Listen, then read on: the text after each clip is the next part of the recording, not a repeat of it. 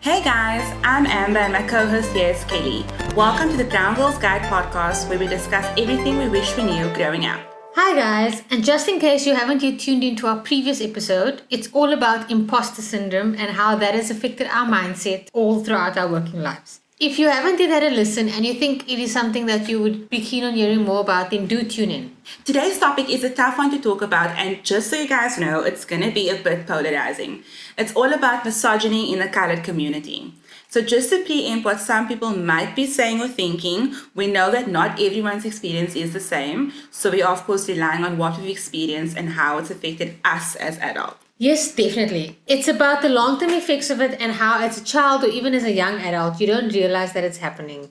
We wish we'd been more aware of what was happening when we were younger, just so that we could have spoken up sooner. But then again, this podcast is here to discuss things we didn't know or we weren't aware of. So if we did know it when we were younger, it wouldn't be a topic, would it? Exactly. But before we dive in too deeply, let's just chat about what we're thinking and check in.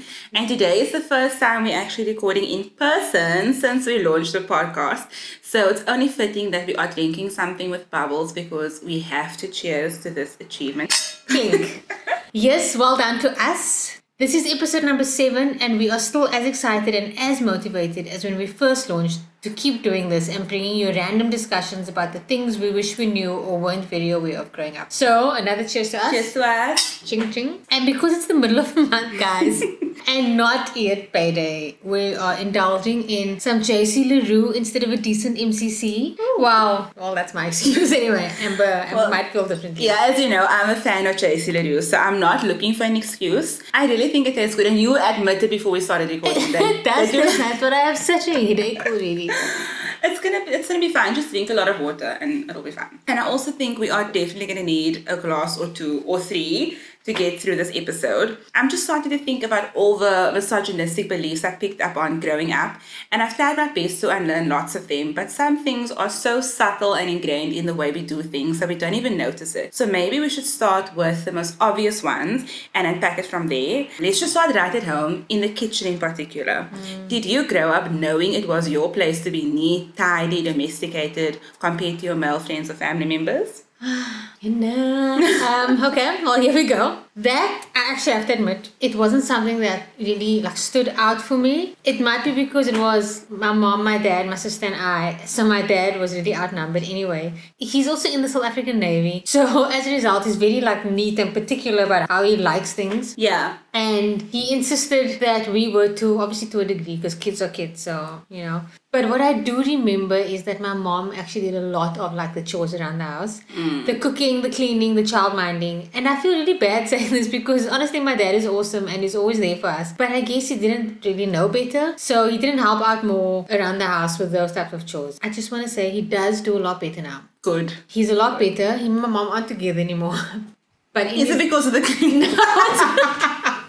No, I don't know, Amber. But no, but he is remarried and he cooks and he cleans a lot in the home that he's in now with his wife and the kids on that side. So he does a lot better now. But as a child, we did see my mom doing a lot of it. So what was your experience like as a family when it came to the roles of men and women in the home? Well, in the house I grew up in, it was just my mom and I, so that's not much to go by. But if I think about my family as a whole and the different gatherings we have, women did do much of the work. And sorry to my family if they're listening, but I'm not lying.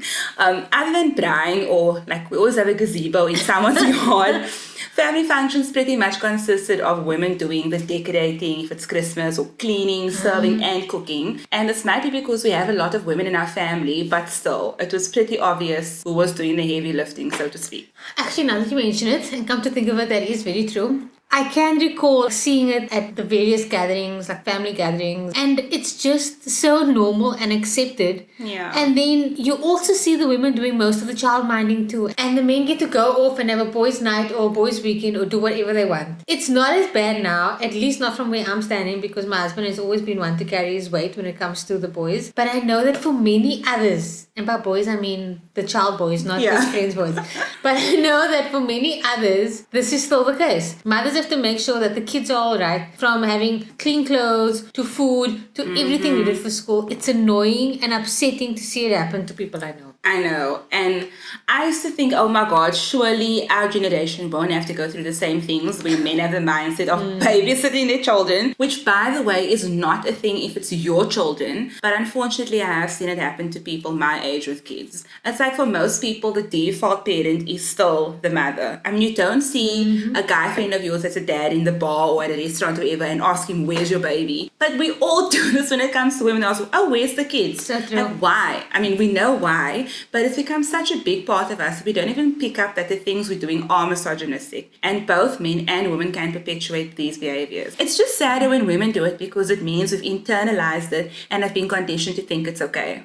I really hate it when people are like, ooh, so the dad is babysitting. I've read so many stories about the mental load that women carry in a household, and it's honestly like so true in many, not all, but many colored households. I'm sure it's true across races, obviously, but we are specifically talking about the colored communities we grew up in. Women need to think about everything, and more often than not, husbands only step in when help is asked for.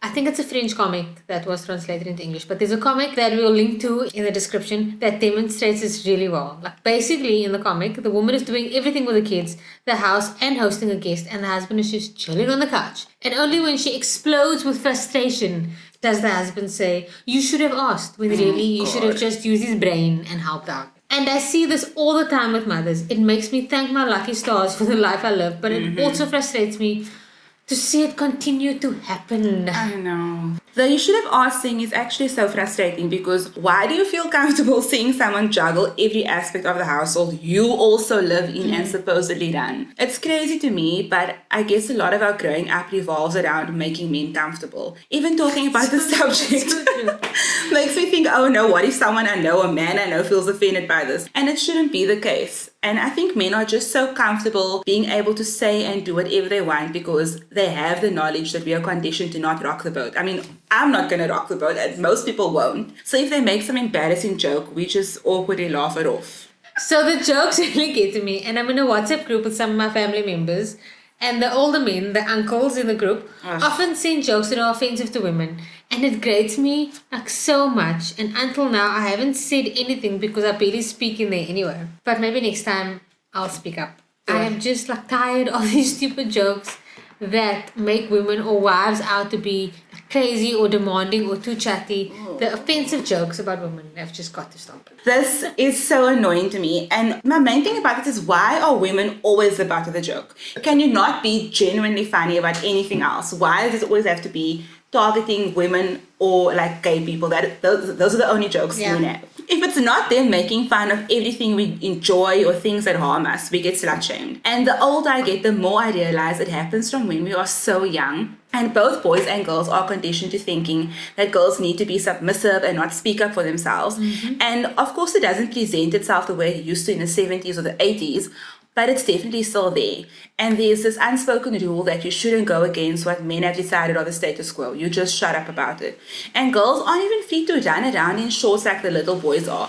I don't know about you, but I can't tell you how many times I've heard girls being told to go and cover up or gaan trek 'n langbroek aan or dress more modestly because guests are coming over. First of all, that is messed up. And why do you have people coming into your home that you need to cover your girls up for? Let kids be kids and play around and just weed out the gross people in your life. So true. And I feel like I could speak on this forever, but it really gets to me, especially when kids or girls start hitting puberty and get all sorts of warnings about not being too fast and don't end up pregnant, when boys get a pat on the back and encouragement to do whatever they want. It doesn't stop at any age though. Like even grown women that I know personally who are just living their lives, who are independent and can make their own choices, are shamed for what they choose to wear or what they choose to do with their lives. Who cares if an adult woman is wearing a bikini on social media? Just mind your business. If you don't like it, just look away or just unfollow. Yep. And if someone's behavior is not harming them or another person, where do you get off telling them what to do? That is so good. And society is just so misogynistic by nature that women are just conditioned to think that they are responsible for the thoughts of men by what they wear or how they behave. No, they need to be responsible for their own actions. And girls are told at a young age already that when a boy like pulls their hair, then it means they like you. Just no. Why do we not hold boys accountable for their actions? Why do we just say that boys will be boys? Boys will be held accountable for their actions. That should go on a t-shirt. I think it is on a t-shirt actually. I've seen it at protests. Yeah, like it should be like boys will be boys, but then like the ball will be boys like scratched out. Exactly how it is. Exactly how I've seen it. Zero originality. But we'll still get it on our t-shirt in our merch store that we have one day. Yep. I could go on about this forever, but let's not turn this into too much of a rant, although I think we are wrong. We are not wrong. We are long down that rabbit hole. Okay. So some useful tools and takeaways. Yes. Before I give my like tools or resources or tips or whatever, I just want to say that this did not happen when I was way younger. The audacity came when I got much older. And the way I see it is, if I'm uncomfortable, everyone's going to be uncomfortable now, because why must I be the butt of a joke? And if I'm in a company of people I know and they bring up something misogynistic, I just call it out. And I think everyone should do the same. And if you're the butt of the joke because you're a woman, just look at them and make them uncomfortable and ask, so explain why this is funny. Yeah. And then they have to explain the offensive mindset, and hopefully they realize how crazy they sound. And more often than not, they end up more embarrassed than you are because they know they're being assholes. And it's extremely awkward to do at first, but I've learned that speaking up feels awkward for everybody, and it's never going to be easy or fun. And if it was, misogyny would have been a thing of the past already. And I also like to speak up around children, especially when I hear people say offensive things about girls and women as a joke. And it's important to call these things out as they happen. I do it even though people close to me brush it off and think I'm being rude. And honestly, I don't mind being seen as rude. It's important to change and unlearn these kinds of behaviors. And I hate that this has to be said, but rather only stand up for yourself when you know you're in company that won't put you in harm's way. This is South Africa, Jesus guys. And calling someone out that you don't know could result in them acting irrationally. Okay, a man, obviously I'm talking about a man. Pops. So maybe just start in your circles, educate yourself, your friends, and your family where you can, and read. And go on Twitter also, but read. Google is our friend, and there are many resources available that can help you unpack misogyny, and we will of course include some links in the show notes. For sure. And I just want to say, like, I definitely speak up when kids are around, especially my 5-year-old niece, who is so smart and she's so funny and she's so sassy, but she's got really strong parents, and so she's covered around them.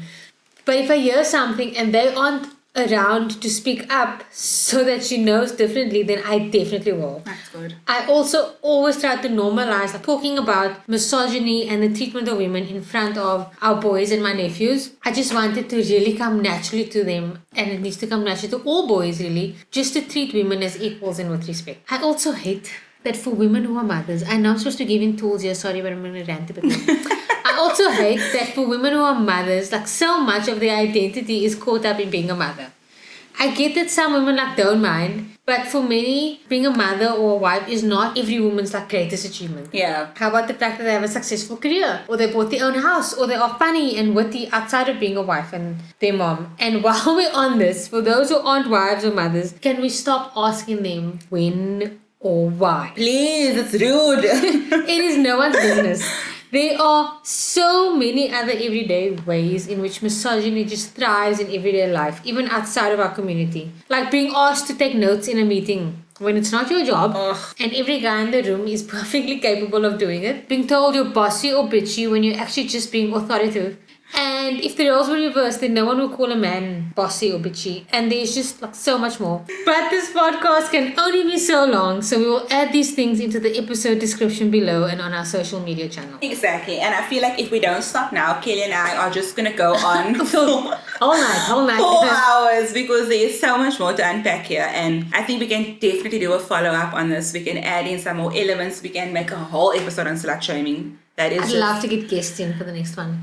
Yeah, we should. And Gen Zers, because they are so different to us. Gen Zs need to come here and just show us what's what, because they don't care about people's little fragile feelings. They're just here to speak up about what's right. Well, most of them anyway. I think they're very cool, and I will just shut up and listen to what they have to say, because the politeness that we have just kept going all these years, they've just thrown out the window, and they are just here to change things up. And that's great. And on that note, we are going to say goodbye. Yes. And don't forget that you can find us on Instagram and Facebook at Brown Girls Guide Pod, and on Twitter at BGG Pod, which we are so committed to now, guys. We were a bit quiet on there, but now it's pumping, I promise. And we'll also be sharing links to the resources mentioned in this episode. And thanks again, guys. We'll be releasing another one next week, so we'll chat then. Bye!